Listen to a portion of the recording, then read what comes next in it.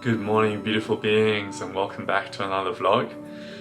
Today, myself and Babaji are flying up to Tikal, which is an ancient Mayan sacred site. It's got a number of temples and amazing constructions, and there's also a lot of mystery that surrounds this place, and the Maya as a whole. So today I'm going to be just talking about some of the myths, some of the stories, the oral stories that have been passed down from the Mayans as to what just happened to the Mayas, because there's a whole lot of debate as to how this civilization ended or just disappeared, according to some sources. And there are some very interesting stories as to where the Mayans went and what happened to their civilization. So looking forward to sharing all about that today. So tune in and follow along for the journey.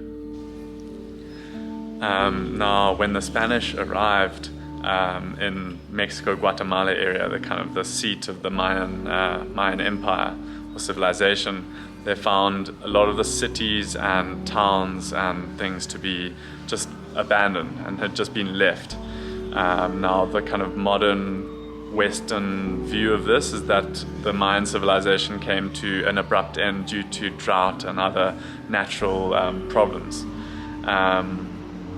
Now, the more local understanding, the stories and tradition behind from the Mayan descendants is that a vast number of the leaders and priests and elders of the Mayan civilization actually foresaw and prophesied the tough times, the arrival of the Spanish, difficulties, things like that were coming, and due to their advanced consciousness and spirituality, they consciously left this physical plane of experience. Now there's a lot more to go into surrounding the story, which I'll unpack slowly as we go through the video. So from a more yogic and shamanic understanding, which is more my background, it's very possible that these more evolved beings chose to leave their physical vessels and abide in a more subtle spiritual energetic realm. In the yogic understanding, we have three bodies. We have this gross physical body, we have a subtle almost energetic body, and then we have a causal body, which is kind of like the idea that kind of brought this materiality and this expression into existence. Now, the material body, the gross body, this is what we perceive through our senses, the material world. The subtle, spiritual, energetic body is kind of more a feeling, more emotional, energetic sort of experience of life. Shamans work in this realm to bring about energetic changes in an individual's energetic makeup, to bring about healing. And then the causal field is kind of completely in tune with creative force, with this divine principle of life creation, and is kind of in tune with creation as an idea. So it's kind of the understanding that in order for this to all be brought about, there has to be an idea or a thought behind it. And from the idea or the conceived possibility of something existing, an energetic manifestation comes about, and then from that energetic manifestation, materiality kind of supersedes that or is woven on top of that energetic change. So through these three levels of experience, a being can exist on one, both, or all of the planes. The kind of great masters, the perfected beings, the sages, the teachers, they exist in like a more blissful causal state of existence, and they teach humanity and help humanity evolve towards that causal or state of oneness or state of divine union, being with God, being with bliss, being with the love that you are.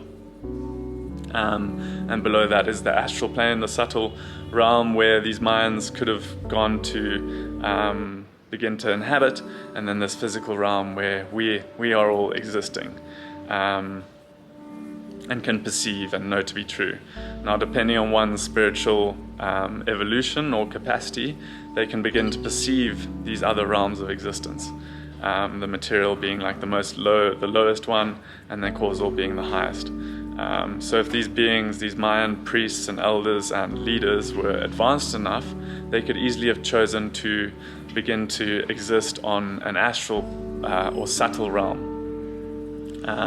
So it's fascinating, and really something that brings a lot of deeper questioning. I also think that it's like more than possible that these Mayans were far more advanced in certain areas of life than we fully understand.